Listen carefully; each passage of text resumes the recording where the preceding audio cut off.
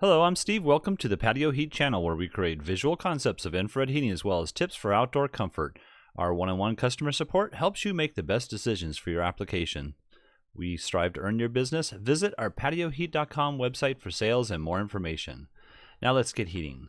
All right, so let's just go right into the dimensions of this overall project here. We got 30 feet distance here, and then we have a ceiling height of about 8'10", and a distance from inside to out at, I believe it's 11 foot. I have 1.5 inch. That could be off a little bit, but that's okay. We do have a couple of fans here. So this fan here is at 100 inches from this inside edge to the center. And then this one here, I believe, was 82 to the center. Maybe it was 88 or 89. But anyways, I put it from this edge here to the center of the post here on the dimensions that I was given. So in any case, the fans are in the center of the patio from left to right here. And then also you can see the dimensions or the diameter of the fans I have at 4'4". And I think that's about it. You can see also there's a screened in section here. So this whole area is screened in. And there are doors that swing into the residence. This one here also I have swings into the residence, and then a screen door here that opens out to the outside area. The main seating areas here are just these spaces here. They said that typically they use this space here mostly, and when the guests arrive they use that space over there. I'm not sure if they really wanted to heat up this area here where there's a little small dining space. But I'm going to go ahead and add one unit in for that purpose there.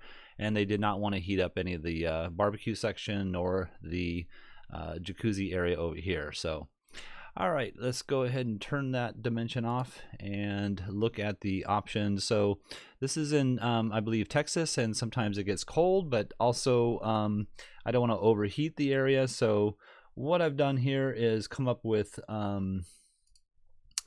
using SlimLine units. SlimLine units are 4,000 watts a piece, and if you want to see the dimensions of the heater itself, we have that at 5'3.5" from outside edge to outside edge, and at 4 3/4 from left to right here, and then a total height of about 8'5" from the ceiling down to the bottom of the heater. And we'll go ahead and turn that off. What I did as far as the placement goes is I centered the two units in the overall space here. So that would be the center point here. And then I moved it 24 inches as close as I could to the seating positions. I also had to watch out for the clearance to this diameter here. So this line diameter here that you see is the actual diameter of their fan at that 5 foot, or excuse me, let's go back here and pop that back in. So yeah, 4 foot and 4 inches. Also, what I did was I came off of this edge here at 18 inches originally, and did not like the position of it, so I went ahead and moved it an additional 12 inches in. And same with this section over here, so I went from 18 original, so we can keep the clearances and combustible. Now this is a brick wall here. This is not a brick wall over there, so I wanted it to be uniform, number one, and also the heat to the seating position more uniform as well, or yeah, uniform in the whole area. Now the one thing I do have a slight issue with is the distance from this edge here to that combustible clearance area. So let's go ahead and tap that on here. You can see that I'm about an inch in to this combustible space here. So this unit may have to be pushed to the right so that we're at 18 inches. This is the 18-inch line here from the edge of the heater all the way down here. So that might have to be adjusted, but I'm not quite sure of the distance from this point here to this wall, so it may not be an issue. And if it is, then I would probably move both of them so it's more uniform. But In any case, you can see here that the clearances are met as far as the fan on the right side here, looking at the property. No issues with regards to the clearance there. So, all right, let's go ahead and turn that off for a minute and look at the overall footprint of heat. So with these two units here, we're able to heat up the space here just perfectly, more uniform. Now you can put a hotter unit in here. The hotter unit would require a control system in it. They do have a unit that is it's called a CD 6024, so 6,000 watt 240 volt. These are 4,000 watt 240 volts. And the units, most people think that you could just put a duplex switch on it, where you can switch one element on, one element off. But at this installation height in this position, or this location, I would highly recommend using a control system rather than a duplex switch. And that is just because at 3,000 watts at this position here, it will never be warm enough unless it's maybe a 70-degree day or 68-degree day, somewhere around there, and you just want a little bit of warmth. So definitely, if you're going to go to a 6,000 watt unit, you want to go ahead and use a dimming system.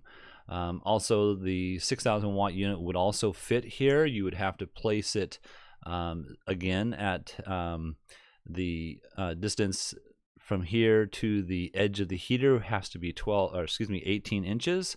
And so the 6,000 watts a little bit wider. It's an 8-inch wide unit. This is 4.5, I believe it was. And just double check me on that part. But in any case, you'd have to push it a little bit to the left there.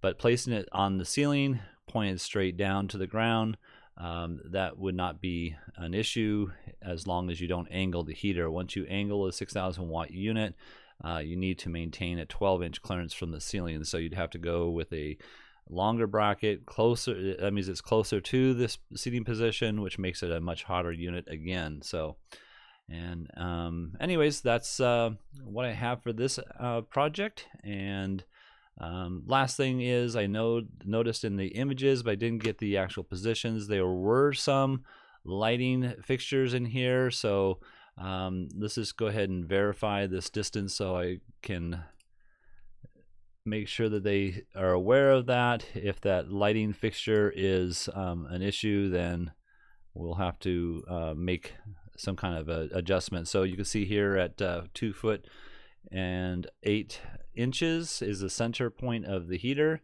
And let's go ahead and look at the end point of the heater itself.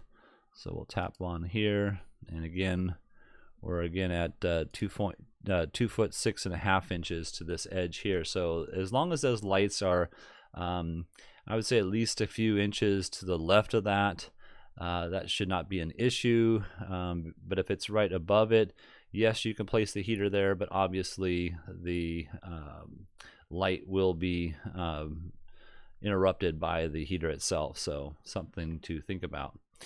All right, well, I hope this has helped. If you're looking for some assistance with your outdoor heating application and you would like us to review your plans, please send your information into designs@patioheat.com. I'm Steve, and please tap that like button if you find this video useful. We don't advertise, we're not monetized. YouTube does not promote us in any way unless we receive a thumbs up from our viewers like you. We truly appreciate that. Thank you. Have an excellent day.